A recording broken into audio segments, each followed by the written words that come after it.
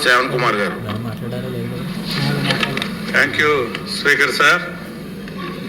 చాలా ముఖ్యమైన సవరణ మీద, మరి ముఖ్యంగా అసైన్డ్ భూములకు సంబంధించిన సవరణ మీద మాట్లాడే అవకాశం కల్పించినందుకు ధన్యవాదాలు అధ్యక్ష.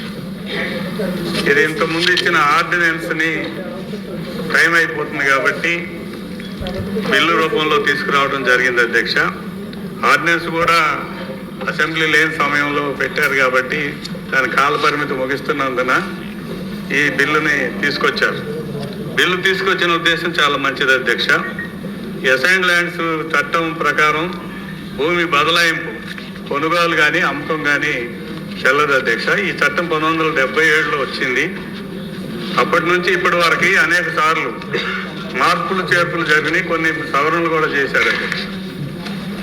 ముఖ్యంగా ఆంధ్రప్రదేశ్ గ్రామీణ వ్యవసాయ విద్యుత్ లిమిటెడ్ మరియు ఆంధ్రప్రదేశ్ నూతన మరియు పునరుత్పాద ఇంధన అభివృద్ధి కార్పొరేషన్ లిమిటెడ్గా మార్పు చేశారు.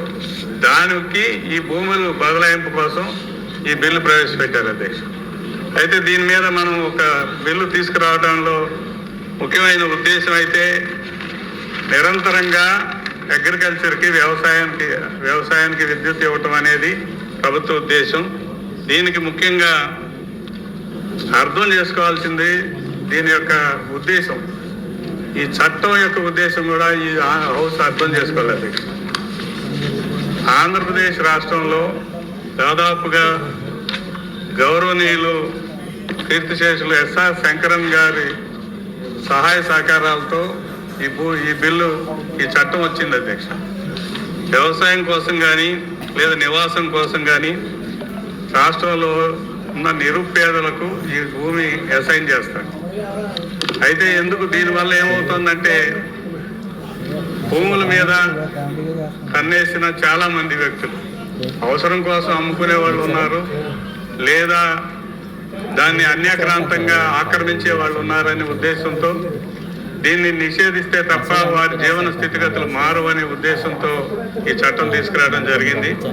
మన ఆంధ్రప్రదేశ్, ఉమ్మడి ఆంధ్రప్రదేశ్లో అధ్యక్ష, దాదాపుగా 58 లక్షల ఎకరాలు ఈ నిరుపేదలకు ఇచ్చారు. ఈ ఇచ్చిన భూములన్నీ కూడా వాళ్ళ చేతుల్లో చాలా తక్కువగా ఉన్నాయి.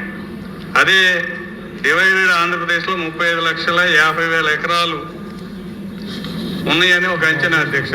ఈ అంచనాని ఎలా వచ్చిందంటే గవర్నమెంటే ఎప్పటికప్పుడు ఈ అసైన్మెంట్ ల్యాండ్స్ మీద వివరాలు ప్రకటించడంతో పాటు కోనేరు రంగారావు గారి కమిటీ కూడా దాదాపు ఈ సంఖ్యను నిర్ధారించింది. అయితే గత వైసీపీ ప్రభుత్వంలో 2020లో దీనికి చట్ట సవరణ చేశారు. ఈ చట్ట సవరణ చేసిన తర్వాత దానిలో ముఖ్యమైన ఉద్దేశం ఏంటంటే 20 సంవత్సరాలుగా ఎవరైతే అనుభవిస్తున్నారో వాళ్ళకి రెగ్యులరైజ్ చేస్తాం. ఇది చాలా దుర్మార్గమైన చట్టం. తద్వారా దాని వల్ల ఏమైందంటే దాదాపు 7.5 లక్షల ఎకరాలు అన్యాక్రాంతం నుంచి రెగ్యులరైజ్ చేయాలనే ఒక దురుద్దేశంతో ఈ చట్టాన్ని సవరణ చేశారు. ఇది చాలా దుర్మార్గం. దీని మీద మనం అపోజిషన్గా పెద్ద ఎత్తున పోరాటాలు జరిపాం. ఖచ్చితంగా తిరిగి అసైన్డ్ చట్టాన్ని మళ్ళా తిరిగి అమలు చేస్తాం. ఈ భూమిని తిరిగి వాళ్ళకి చేస్తామనే ఉద్దేశంతో రెవెన్యూ మంత్రి గారు నాకు గుర్తున్నంత మేరకు 2-3 స్టేట్లు కూడా వెళ్ళి అసైన్ చట్టాన్ని అధ్యయనం చేశారు. అదేవిధంగా గ్రూప్ ఆఫ్ మినిస్టర్స్ పెట్టి దీని యొక్క పూర్వపరాలన్నింటినీ కూడా స్టడీ చేయడం చేశారు అధ్యక్ష. త్వరలోనే దీనికి సంబంధించిన విధి విధానాలు వస్తాయని అనుకుంటున్నారు అధ్యక్ష. అయితే ఈ అన్యాక్రాంతమైన భూమిని ముందు గుర్తించి ఎవరైతే అమ్ముకోవడానికి అవకాశం ఉందో, కొన్నారో వాళ్ళ దగ్గర నుంచి ముందు విడిపించాలి అధ్యక్ష. విడిపించి ఎంత మేరకు అసైన్ ల్యాండ్స్ ఈ రాష్ట్రంలో ఉన్నాయి, అది ఇతరుల చేతుల్లో ఉన్నాయి, దాన్ని ఏ రకంగా తీసుకొచ్చి వారికి అప్పచెబుతారు అనే అంశాన్ని మొట్టమొదటిగా రెవెన్యూ శాఖ మంత్రి గారు ప్రభుత్వం గుర్తించాల్సిన అవసరం